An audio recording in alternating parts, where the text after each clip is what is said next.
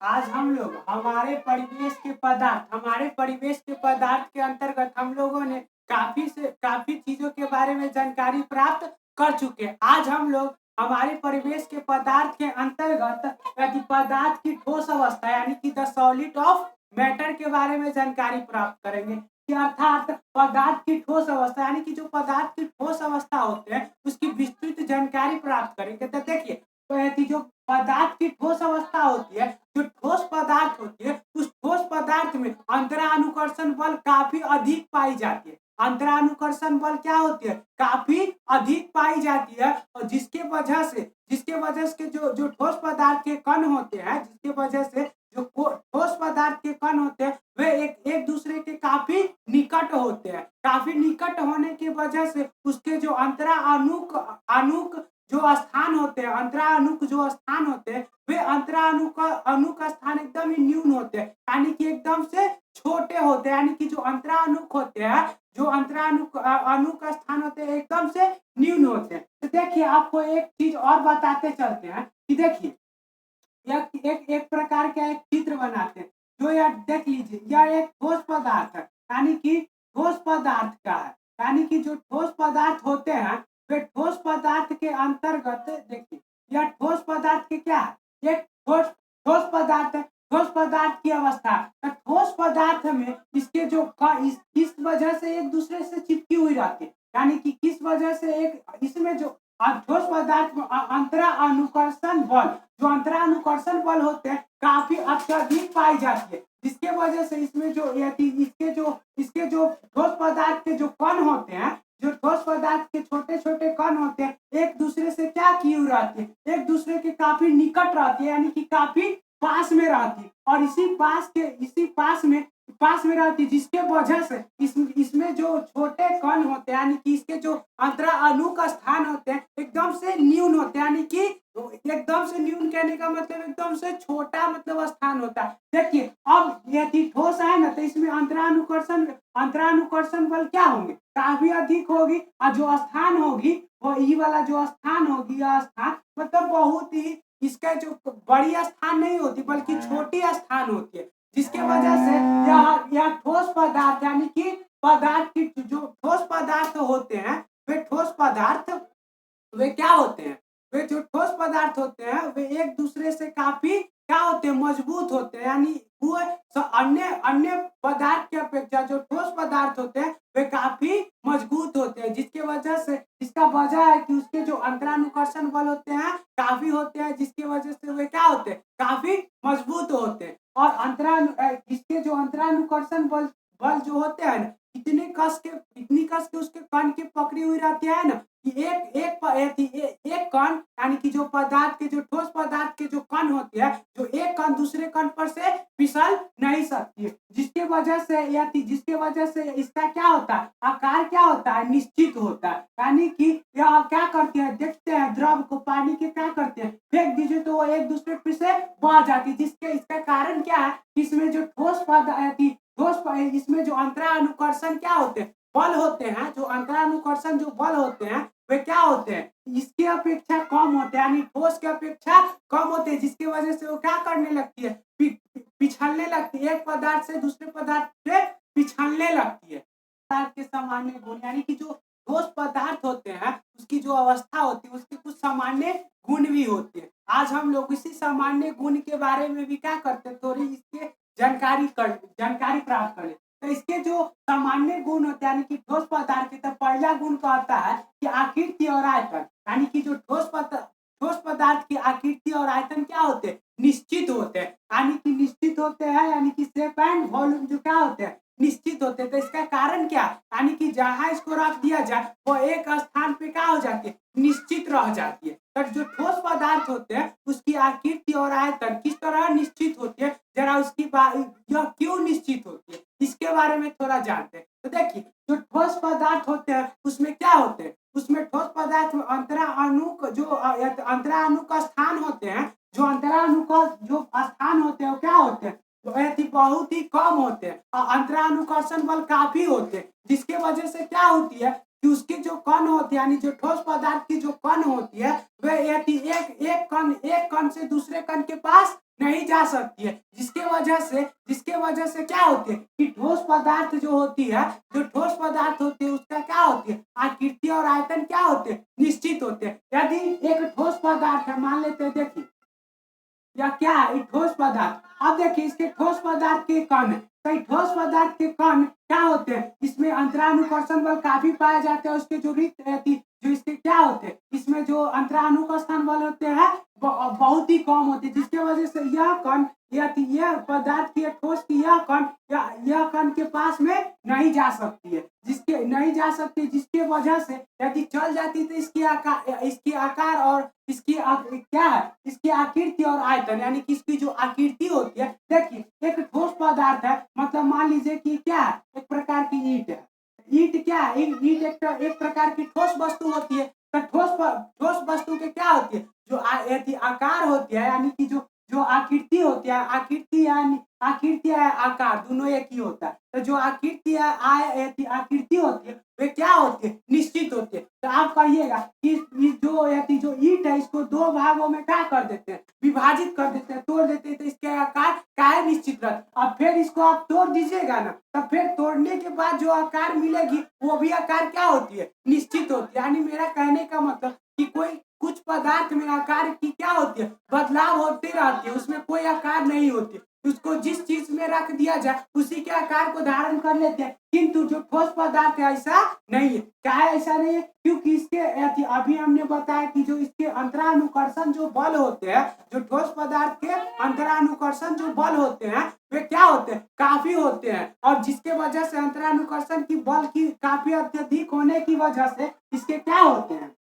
इसके जो कण होते हैं इसके जो अंतरा अणु का स्थान होते हैं बहुत ही कम होते हैं, और जिसके वजह से इसके एक पदार्थ दूसरे पदार्थ के निकट नहीं आ सकती है, जिसके वजह से क्या होते हैं कि जो ईंट होते हैं, जो ठोस वस्तु होती है, वे ठोस वस्तु के आकार क्या होते हैं आकार और जो आकृति क्या होती है, यानी कि आकृति और जो आयतन होते हैं, यानी कि आयतन भी। तो इस आकृति के बात कर लिए, अब थोड़ा आयतन के बारे में बात कर लेते हैं। देखिए अब यह आयतन है, यानी कि जहां रख दिया जाए, जहां की जगह को छेक लेती है तो वही इसका क्या बन जाती है आयतन। तो भाई इतना जगह कोई नहीं छेका तो ये क्या बन जाती है आयतन। तो इसका आयतन भी क्या होगा निश्चित होगा, काहे कि जो इसकी आकृति निश्चित होगी तो इसका आकृति निश्चित होगी तो इसका आयतन भी क्या होगा निश्चित होगा। कैसे, तो देखिए ये जब तक मतलब इसमें जब तक आप इसको तोड़िएगा नहीं, यहाँ जो यह दिख रहा है इसका क्या है इसका सरफेस है, यानी कि इसकी सतह को, इसकी सतह क्या है, तो एक इसकी सतह देखिए, इसकी सतह क्या है, मतलब मान लीजिए हाथ की सतह,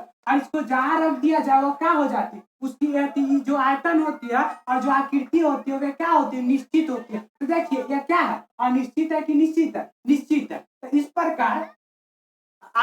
प्रकार आपने देखा कि किस तरह से एक जो ठोस वस्तु होते हैं, एक ठोस वस्तु होते हैं उसकी आकृति और आयतन किस तरह से निश्चित होते हैं, किस तरह से निश्चित होते हैं वो इसको देखा। तो देखिए जो यह फिर से आपको एक अच्छी तरह से समझाते हैं। तो एक प्रकार की ठोस क्या है ठोस पदार्थ है। अभी ठोस पदार्थ को अब क्या करिए कुछ ऐसे स्थान पे रख दीजिए, तो कोई स्थान पे रखिएगा ना भाई, ठोस पदार्थ रहेगा तो उसको स्थान पे रखने के लिए क्या चाहिए जगह चाहिए। चलिए अब देखिए, अब इस प्रकार आकृति और आयतन क्या होते हैं, किसी भी ठोस पदार्थ के आकृति और आयतन निश्चित होते हैं। अब देखिए अब इसके कुछ उदाहरण के बारे में बात कर लेते हैं। जैसे जैसे कोई ठोस वस्तु है, यानी कि जो कोई ठोस पदार्थ है, यानी कि बात कर लेते हैं क्या एक मेज है, यानी कि एक टेबल। अब उस टेबल पे आप देखेंगे कि उसकी आकृति और आयतन क्या होंगे निश्चित होंगे। क्या यदि उसके जैसे मान लेते हैं एक प्रकार की टेबल है, मान सकते हैं कुछ भी, यानी एक प्रकार की टेबल है, ठीक।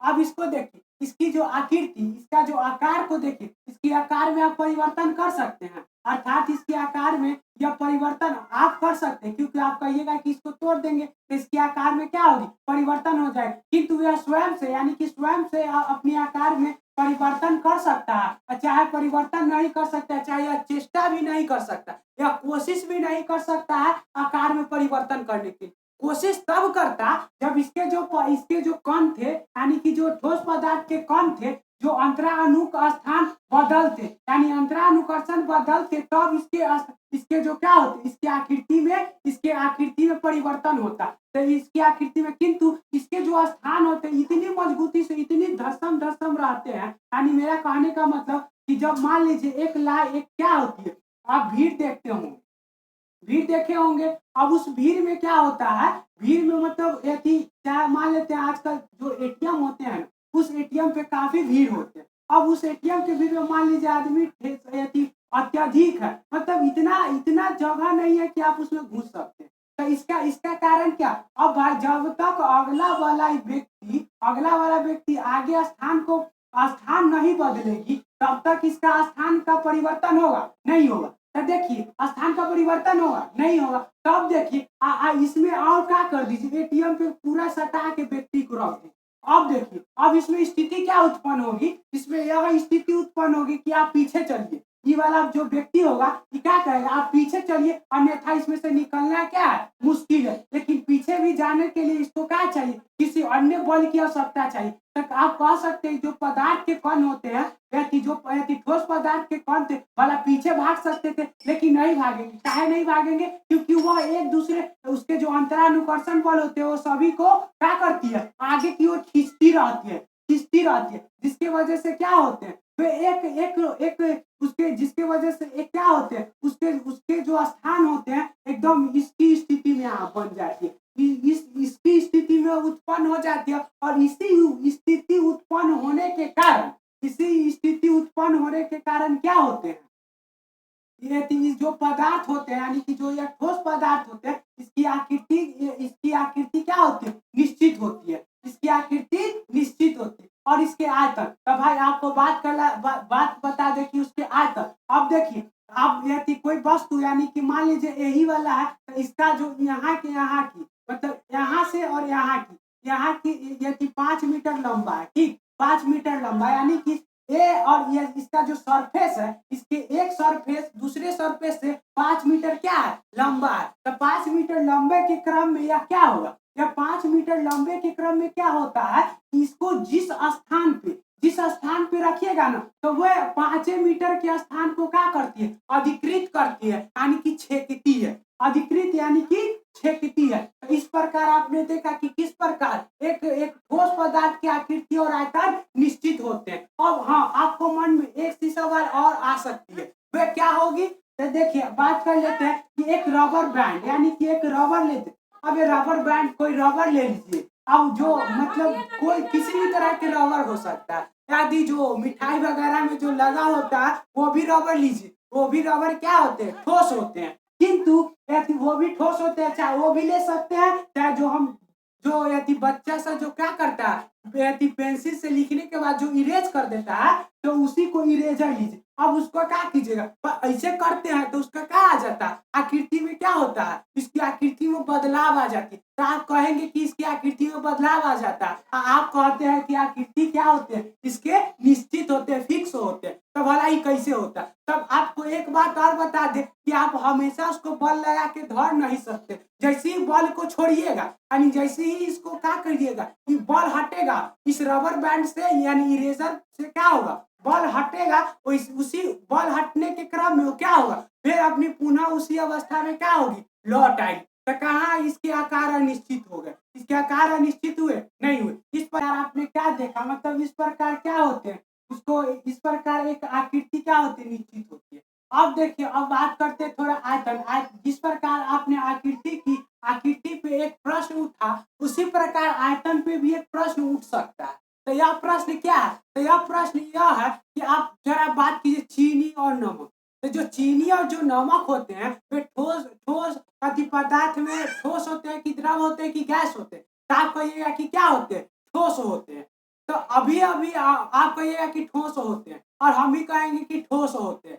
तो अभी आप कहिएगा कि अभी तुमते ना आप कहे हैं, क्या कहे कि उसकी आयतन क्या होनी चाहिए, निश्चित होनी चाहिए। अब इसको क्या करते हैं, चीनी और नमक को क्या करते हैं, चीनी और नमक को क्या करते हैं, जिस बर्तन में रखते हैं उसी का आयतन को क्या कर लेती है, धारण कर लेती है, यानी कि अनिश्चित है। निश्चित कैसे हुआ, तो आपको बता दे कि जो चीनी और नमक होते हैं, उस चीनी जो होते हैं और उसके नमक होते हैं, यदि मान लेते हैं कि मतलब ये क्या है, ये एक प्रकार की चीनी है और ये एक नमक है। अब इस चीनी नमक को आप जूम कीजिएगा ना, जूम करने पे यानी कि इसको बड़ा करके देखिएगा ना, तो इसका क्या होता है, बड़ा करने के देखने के पश्चात आपको पता चलेगा, क्या पता चलेगा कि इसकी जो आकृति होती है, यानी कि इसकी जो आकृति होती है, यानी कि कुछ ना कुछ इसका क्या होती है, आकृति होती है, यानी कि जो चीनी आपको देखने में साधारण ऐसे लगता है, आज जब इसको जूम इन करके देखेगा ना तो कुछ इस प्रकार का आपको क्या लगेगी, दिखने लगी। अब इसका क्या होगा, तो इसका क्या होगी आकृति, यानी कि आकृति इसमें क्या होगी, बढ़गी, आकृति बढ़ेगी तो आयतन भी बढ़ेगा। भाई आकृति बढ़ा, देखिए आकृति बढ़ी तो क्या हो रहा, आयतन भी बढ़ा कि नहीं बढ़ा, बढ़वे किया, तो इसका आयतन क्या होंगे, इसका आयतन क्या होंगे, निश्चित होंगे, क्या होंगे, निश्चित होंगे। तो कैसे निश्चित होंगे, तो आपको हम जैसे कि जूम इन मतलब इसको बड़ा करके देखे, तो बड़ा करके देखने के बाद कुछ इस प्रकार के दिखने लगा, तो यानी कि बड़ा कीजिएगा तो इसका आकार में इसका आकार में बड़ा होगा, तो इसका आयतन भी बड़ा होगा। तो आयतन बड़ा के होने के क्रम में, आयतन बड़ा होने के क्रम में यह क्या होगा कि इसकी जो आयतन की यानी कि जो इसकी आयतन होगी, इसकी आयतन क्या होगी, यानी कि इसकी आयतन फिक्स हो जाएगी, फिक्स होगी कि यानी यदि फिक्स क्या हो जाती है कि इसकी आयतन इतना ही रहेगा। तो इस प्रकार आपने देखा कि चीनी और जो नमक होते हैं वह भी क्या है,